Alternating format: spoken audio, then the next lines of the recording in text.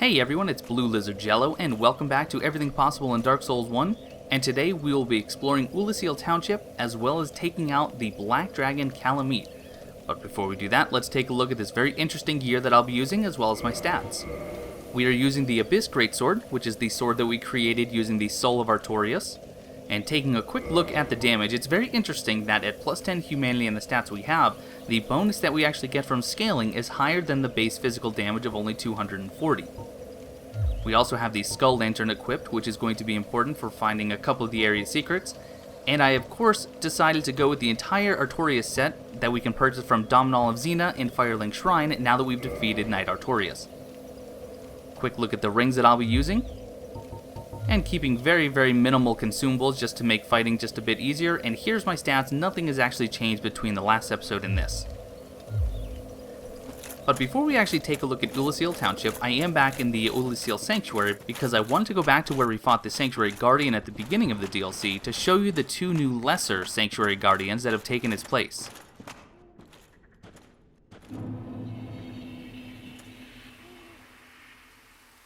One there.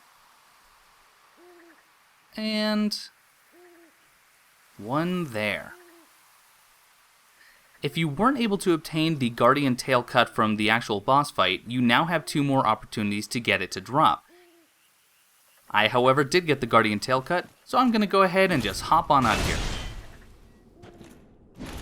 And right back into the arena where we fought Knight Artorias, we now see that there's a new NPC here, and this is the Lord's Blade Ciaran. If you have the Soul of Artorias still in your possession, which I do not because I did trade it in for this sword, she will ask for it, and in return, if you give it to her, she will give you the Dark Silver Tracer and the Gold Tracer. But we're going to get those in a different way. Interesting note about the Lord's Blade Ciaran, she is one of Gwyn's 4 knights that are mentioned throughout the story. The other 3 are Knight Artorias, Ornstein the Dragon Slayer, and Hawkeye Gough, who we will meet later on in this episode.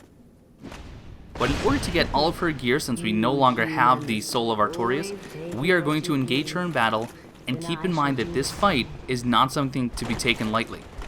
The damage that she can put out is actually very effective. The Dark Silver Tracer can cause toxin buildup, and the Gold Tracer can cause very rapid bleed buildup. So if you are worried about either one of those, using items that actually have toxin resistance or bleed resistance might be helpful. You can see that she did also try to hit me with the Lloyd's Talisman to prevent healing. Fortunately, I did dodge out of the way. And even though her armor set does not have very high poise, she actually does seem to have a little bit higher poise than the armor would actually suggest. But keep your distance, time your attacks well. You can take out the Lord's Blade Ciaran.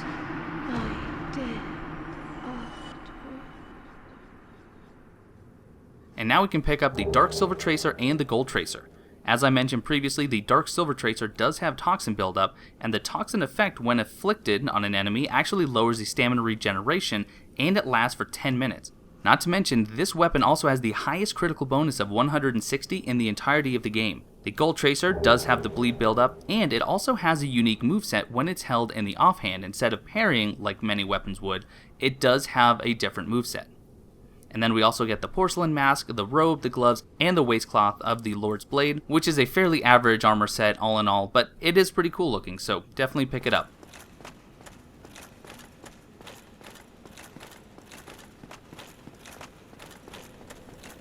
And from the arena, we are going to head right into this hallway, which is the Battle of Stoicism Gazebo. And if you are looking for PvP action, this is the dedicated arena that was set up when the DLC was released in order to give players an easier way of PvPing. You can do 1 versus 1 duels, 2 versus 2 team battles, or you can do 4-player all-for-1 deathmatch. And if you do manage to rack up enough kills, you can actually get featured on that plaque. There are 2 different maps, and depending on which side of the hallway that you actually activate the bonfire at will determine the map you actually spawn into. Directly across from this gazebo, we'll actually head up these stairs, and there's not going to be much we can do up here yet. There is one item to collect, but we want to head up here and find a door that's locked just so we have it for future reference.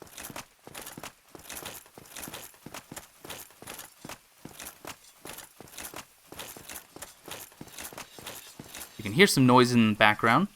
Something seems to be happening in this tower. But when we approach the door, no surprise, it is locked. So we will have to find the key and backtrack so we can head up there and talk to a very interesting NPC, one of my favorites.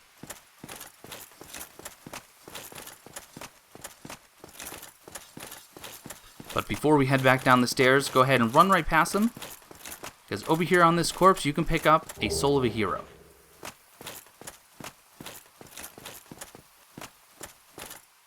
But now we are ready to actually enter into Oolacile Township, meet some new enemies, find a new invader, and find a lot of loot along the way.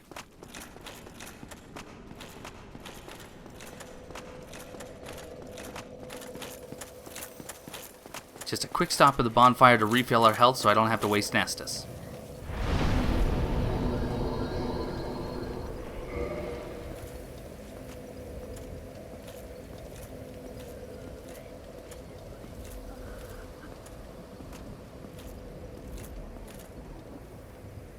Taking a quick scan of the area, this is the same area that we saw before we fought Knight Artorias when we ran over to the edge and looked down. And now we're going to head inside and explore.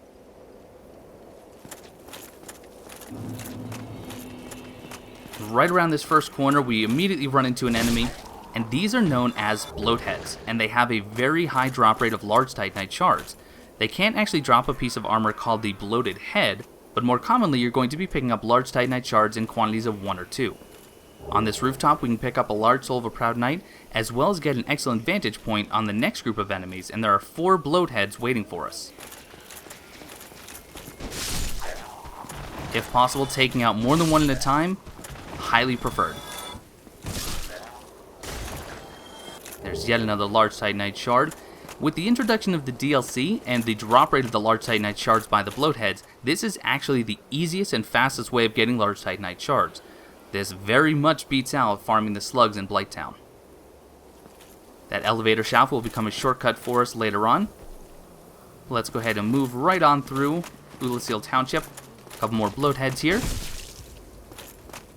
Most of their attacks are not too dangerous, however they do have a flurry attack which will attack you rapidly, especially if you don't have very high poise, and I was able to actually get one shot wearing the armor with the HP that I have now in one of my practice runs. This enemy right here is another type of bloathead. These are bloathead sorcerers.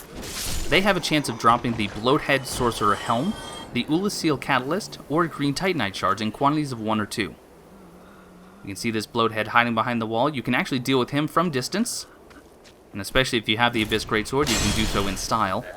Love that flip.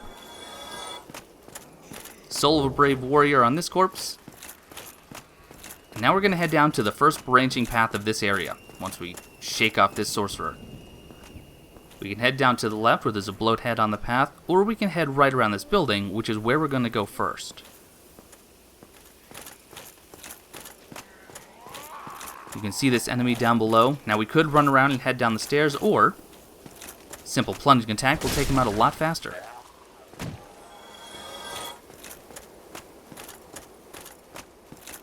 Now from here you can run and jump, you can roll, or if you go over to the corner you can just run down to the path below.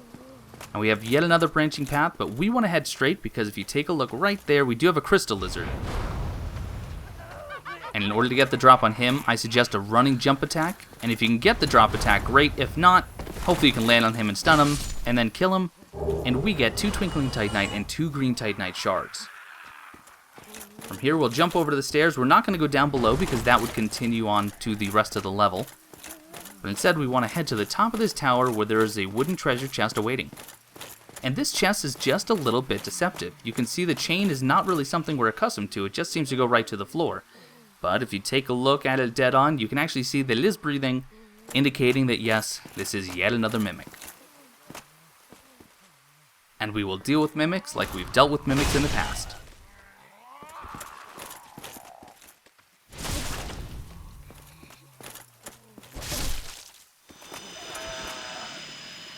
And the treasure that this mimic was holding?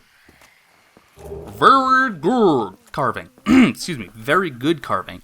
This is actually a carving that Hawkeye Gough has been whittling away up in the tower of his, and these are carved from the ancient arch trees. Anytime you use one of these, the saying, such as very good, will actually be heard audibly by the user and by anyone else in the vicinity. And as we kill this bloathead, we are invaded by Dark Spirit Marvelous Chester, who is a son of a gun. Now, in order to get him to spawn, you do have to be human, and the human version of Marvelous Chester still needs to be alive, which is why we actually left him alive to begin with. Keep in mind, he might have gone down relatively easy now. He can be very deadly. He does have some daggers that he'll throw in an arc that cause very rapid bleed buildup. And you saw that spinning kick that he did will actually knock you down, and he will typically follow that up with very swift attacks. But since he just invaded us, I think it's time we dealt with Chester once and for all. I recommend casually sauntering up to him. You have quite some nerve. How do I have quite some nerve? Fine then. I didn't invade your world. I'll be seeing you if you survive. Not only has he your invaded us, travels. but now he's actually being rude to us. So I think, let's go ahead and do what we did to that mimic.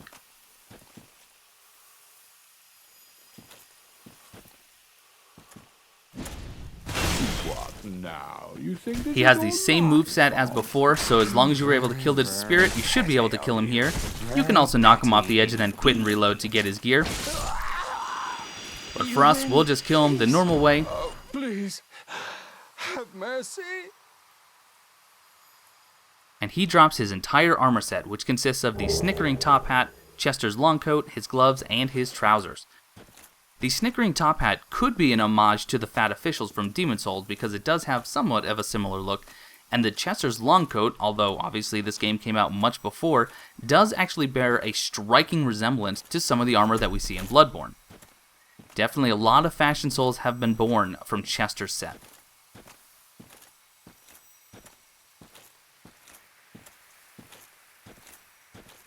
But enough about Marvelous Chester. He was not only not all that marvelous, but he's also now very dead. So let's head back to Oolacile Township and we'll continue our exploration.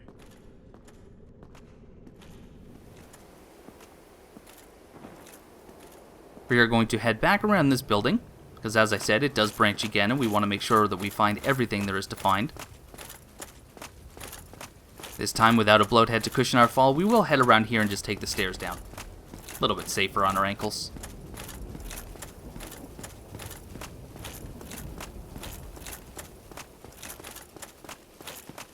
Once again, running onto the lower platform. And still not taking this path over to the right, we want to head back over here where we jump to get the crystal lizard. And we find this message, and I'm offline, so this is a developer message, and it says, "Let there be light." And we hear this pounding sound. The reason we have the skull lantern is this right here. There are two illusory walls that can only be opened with a light source, be it the sunlight maggot, the spellcast light, or the skull lantern. And inside we get the silver pendant, which this is an item that goes onto your hotbar, and when you activate it, you actually get a short self buff that will actually deflect dark sorceries. This works not only against the Bloathead Sorcerers and Manus, a boss that we'll fight in the next episode, but it also works against other players who might be using Dark Orb, Dark Bead, Pursuers, or the Black Flame. And even though it might have a very short duration, it does have infinite uses and it can be used repeatedly. So let's go ahead and test it out against this next sorcerer, who, unlike most other sorcerers, decides to use mostly melee attacks.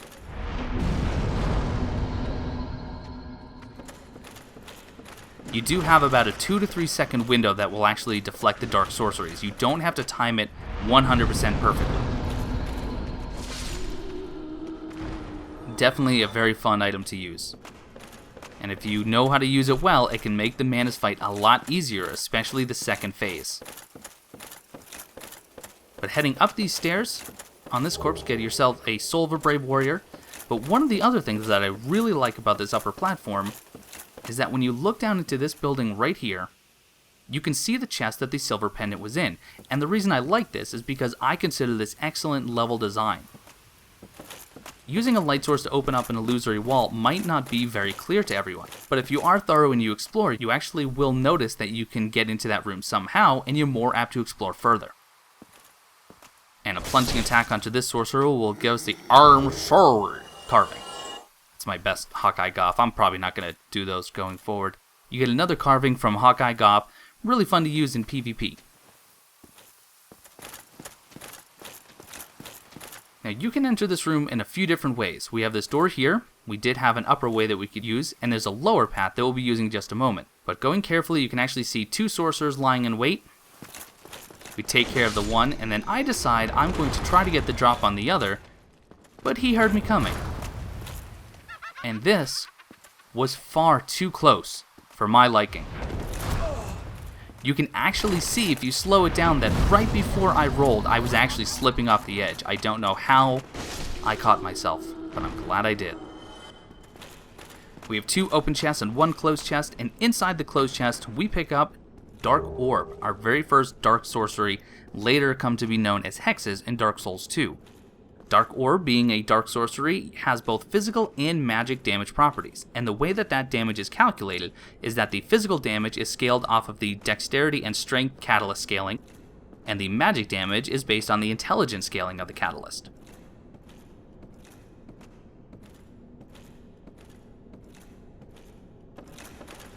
From here, we have found all the items in these houses here, so we are going to jump back over here where the crystal lizard was, back over to these stairs, and now we will proceed with the rest of the level.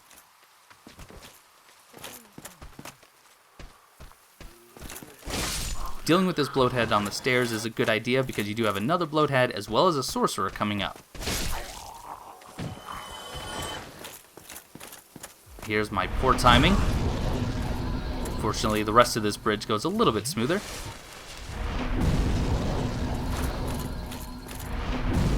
For running across this bridge, you can either use a sprint approach where you actually roll under the dark sorceries, you can use a silver pendant as I have, or if you have a good magic defense shield, then you can actually just use that and run across.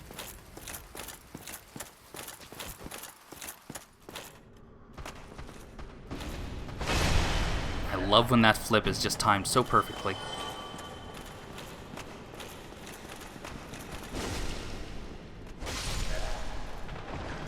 And then we have this shiny, and this shiny is nothing but a trap, because if you go run over to pick that up, this bloathead will drop down and begin attacking you very quickly, so it's better to just let him drop down on his own accord, take him out so you can pick up your garbage, or your rubbish.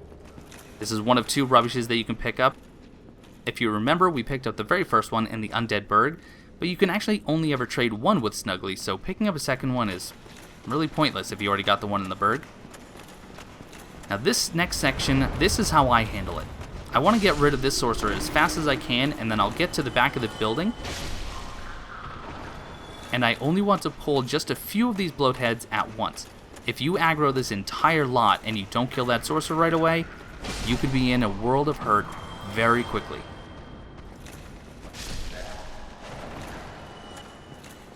Before we grab the next set, we'll head down here and grab a Soul of a Hero. And then we do have a few more bloatheads and a sorcerer that's shooting at us from up above. Typically he will drop down, in this case he does in a little bit. But we're going to draw the bloatheads all the way to the back of the arena, which will give us the best chance of actually taking them out one at a time.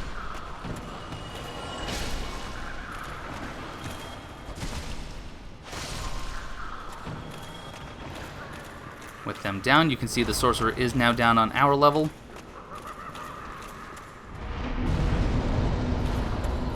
And you can see the shiny on the corpse hanging by the chain. We've seen this before in the Painted World of Ariamis, so we'll be heading up there just as soon as we can so we can get that corpse to fall, and we can get the loot on it. And it is something that a lot of you are going to want to play with.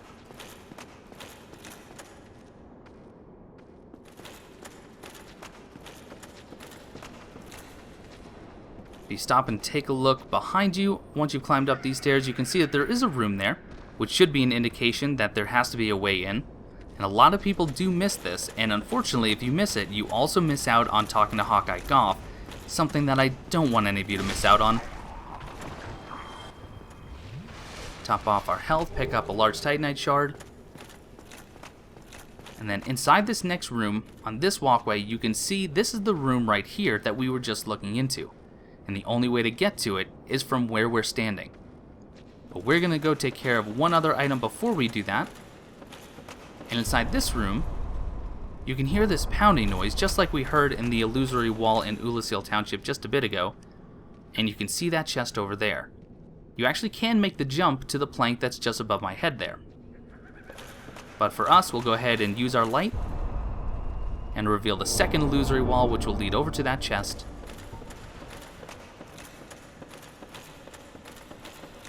And inside, we have a red titanite chunk.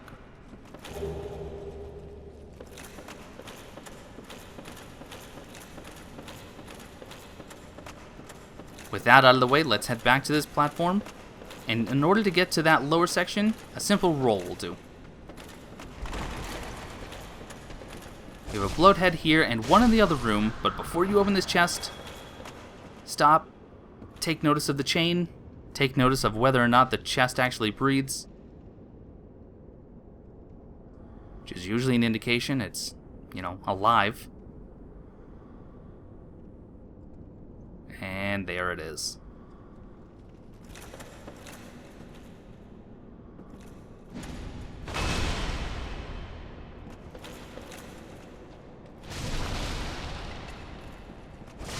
Take him out before he has a chance to do any damage to us. And now we get the Crest key. The Crest key will open up that door that will lead up to Hawkeye Gough, the door that we saw at the very beginning of this episode. So if you want a chance at talking to Hawkeye Gough, and even more important, if you want a chance to fight Kalameet while he's not flying around, you're going to want that key.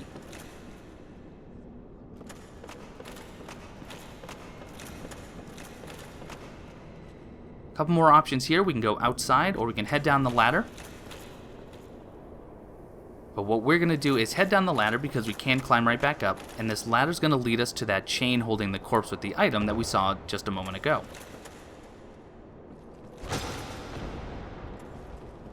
Now you could drop down to pick up that item straight away, or you can head back up top and head outside because there's one item that we want to pick up if we want to collect everything. And we do. This is the Everything Possible series, it's not the Some Things Are Possible series. And no, I'm not going to make that series next. That series would just be pick some of the things that I do in this series and don't do others. But anyway, twin humanities on this corpse. And then to minimize the fall damage, make sure that you are landing on this smaller roof right here, and then walk to the lowest point and then drop down.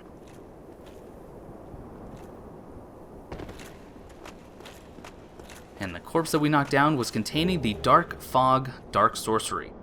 Dark Fog is a dark sorcery that will create an area of effect poison fog that cannot be deflected with the silver pendant.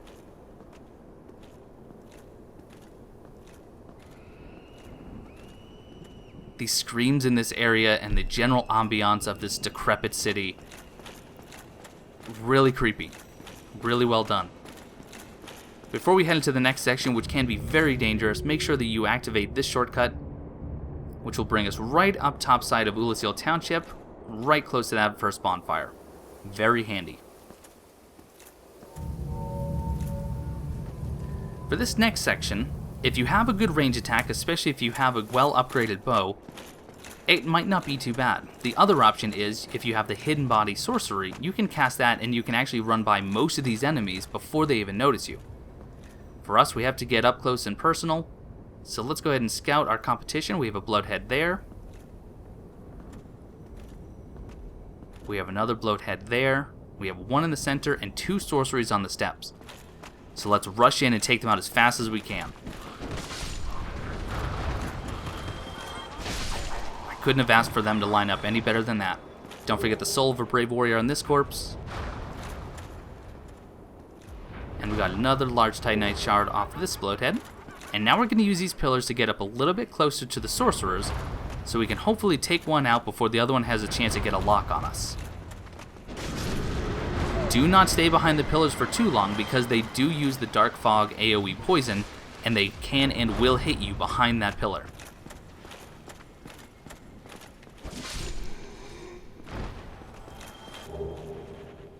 And finally we get a green titanite shard to drop off of that bloathead. I was very disappointed that we didn't get any of the bloated heads from either the regular bloatheads or the sorcerers. And this next enemy is the Chained Prisoner. And even though he seems very weighed down with chains and a ball and all sorts of horrible contraptions, make no mistake, he is fast, he is deadly. If I took that ball to the face one more time, that was going to be it for me. He does have some pretty quick reaction time, so make sure you get in there, get a hit, and hopefully you're wearing a lot less armor than I am so you can roll out of there a lot faster. But he will typically drop pieces of the chain armor set. You can actually get the entire set from him. In this case, I just got the helm, the armor, and the gauntlets. You remember I tried wearing that at the beginning of this series, and I found it so terribly obnoxious, I had to get rid of it very quickly. And now at the bottom of this staircase, we will find another elevator to activate, but be on guard, because as this elevator comes up, you'll actually notice that there is a friend on it. We have a bloathead. What's fun is that if you can time this well, you can actually drop down, get a plunging attack, and take very little fall damage because you will actually meet the elevator as it's coming up. If you time it poorly, like I did in one of my practice runs, you'll kill him, and you'll die a horrible, horrible death. I know I just ran past that bonfire, I just wanted to give you a glimpse of what's to come. This area is called the Chasm of the Abyss. No, we're not going to explore it in this episode, but it is dark, it is scary, and it is full of things that want us dead, and they can make it happen very easily.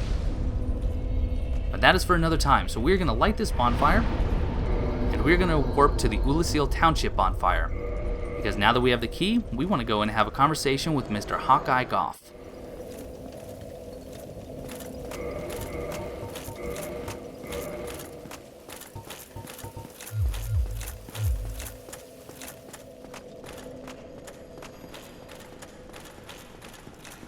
Heading back up these stairs to that locked door we saw previously.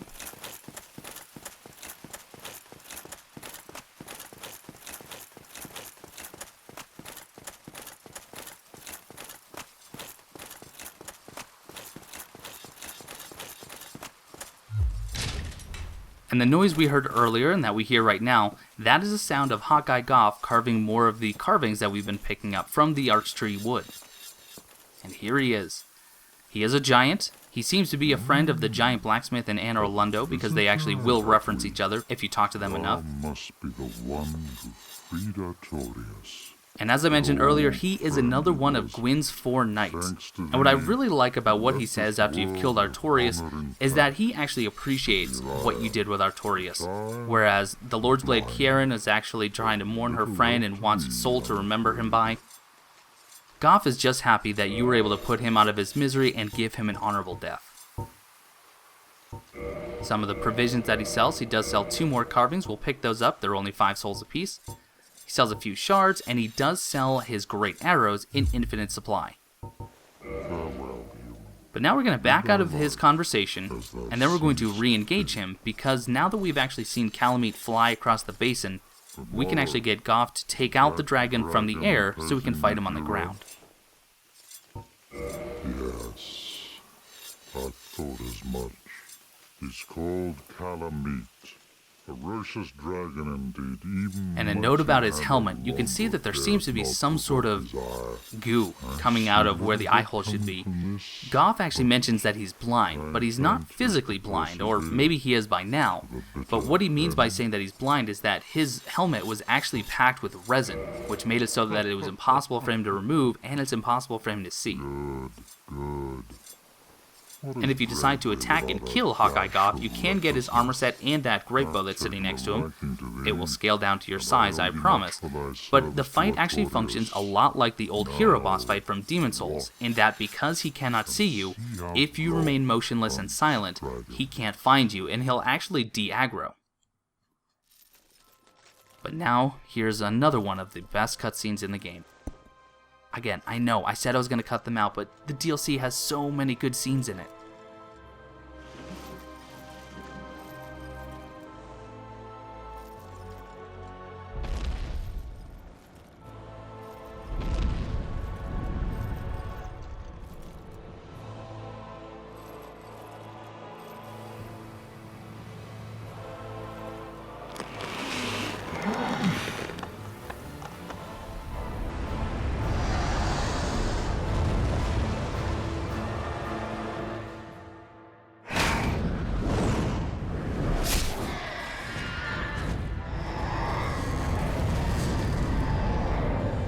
And with that arrow now destroying one of Kalameet's wings, he can still fly for short periods of time, but for the most part, he will actually remain on the ground for us to go engage him in a wonderfully orchestrated battle. That will be grounded for a good spell. The rest is in thine hands. I await good tidings. Dragon slaying. Knighthood's highest calling. I guess it's fitting that we are wearing the armor of a knight and we're using his sword. Now, I'm not going to show you this run, but we are going to head over to the Kalameet boss arena. Before there was no fog gate, but now that Hawkeye Gough has shot him down, there is. Now we will begin to engage the Black Dragon Kalameet, but before we do that, you remember we did see a crystal lizard here, and we want to make sure we take him out before we actually go down to the bottom. Plunging attack makes quick work. Get 2 Twinkling Titanite and 2 Red Titanite chunks, and even though there are some shinies on the ground, we are going to completely ignore them for the time being, because as soon as we hit the ground, actually just before we hit the ground, Black Dragon Kalameet is on us. This fight is one of the most enjoyable boss fights in the game in my opinion, because it's difficult, but it's fair. You can learn his attacks pretty well, and even though he has a lot of HP, if you're careful and you know how to dodge, you can actually make some pretty quick work of Black Dragon Kalameet.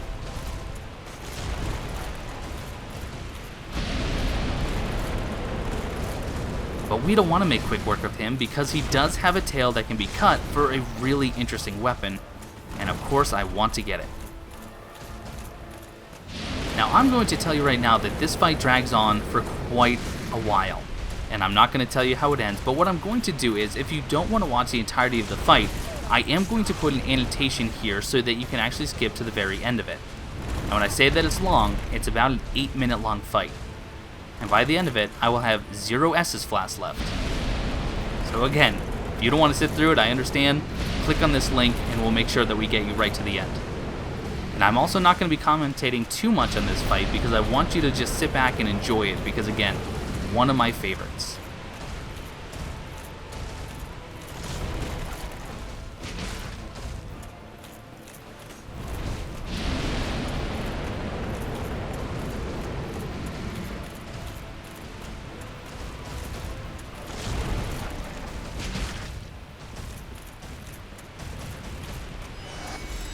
I will, however, comment on this.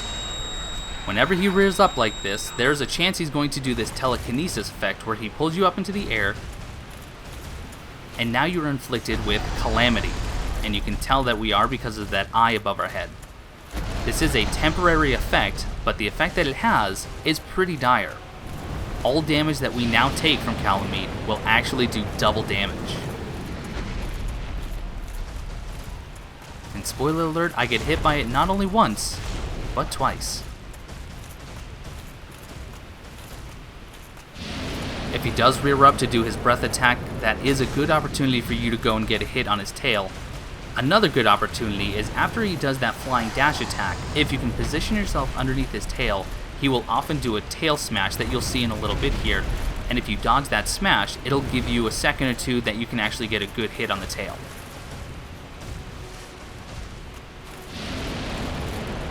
But on that note, I'm going to go ahead and be quiet for the rest of the fight, so sit back and watch, or go ahead and skip to the end. Kalameet. What a fight.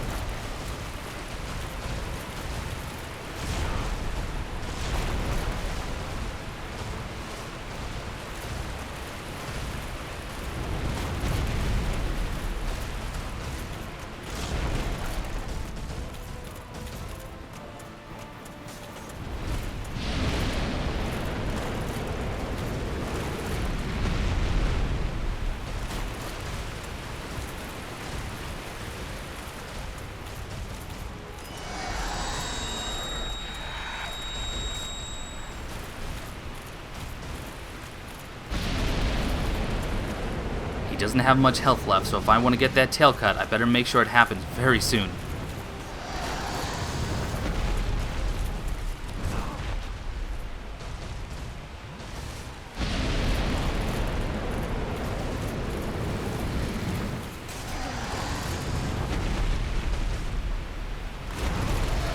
Soon like now.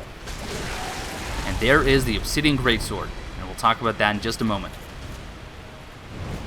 But for now, let's go ahead and say adieu to our new friend, Black Dragon Kalameet, and put him out of his misery.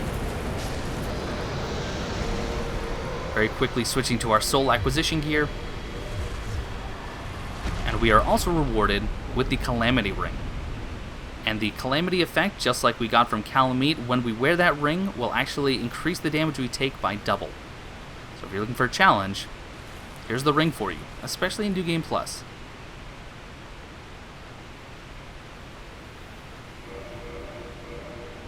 Go back to our Artorias set. And I'm also going to equip the Obsidian Greatsword so you can take a look and see what it looks like, as well as I will tell you a little bit about it. Now this greatsword has absolutely no scaling, but it does have very high physical damage, especially upgraded to +5. And when you use the two-hand strong attack, which I should have demonstrated, it will create a black flame area of effect around the player. Every time you use that special effect, you will lose 50 durability, but the nice thing about this greatsword is that you can actually wield it with only 14 strength and 16 dexterity. And since it has no scaling, you don't have to go any higher than that for maximum damage. You saw behind that waterfall we did have a chest with a Titanite slab. And then over on these bodies, we have Soul of a Brave Warrior, another Soul of a Brave Warrior, and a Soul of a Hero.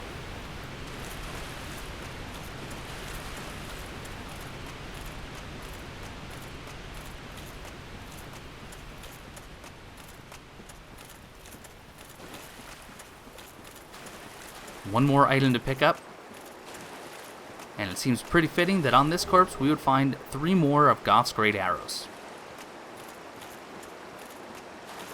But that is it as far as new areas in Oolacile Township, so now let's go ahead and warp back to Hawkeye Gough so we can have one more conversation with him, because I'm sure he's going to be pretty proud of us for taking out Kalameet. I mean, I am. Thou hast defeated Kalameet, wondrously played. Lord Gwyn's blessing upon me. That beast will never take to the skies again. He's such a nice, complimentary individual. 3 nights exhilarate. But I am going to go ahead and skip through some of his dialogue and get to the sweet part. This great bow, I shan't need it, but no dragons to hunt. I know not if a human could even operate it. It's kind of a sad thought, but it is very nice of Hawkeye Gough to give us his great bow. Farewell, me. And that is going to do it for this episode. That is everything possible in Oolacile Township, as well as the Kalameet fight. So I really hope you learned something. If you did, leave me that comment below. If I missed something, leave me that too. And I will catch you guys next time.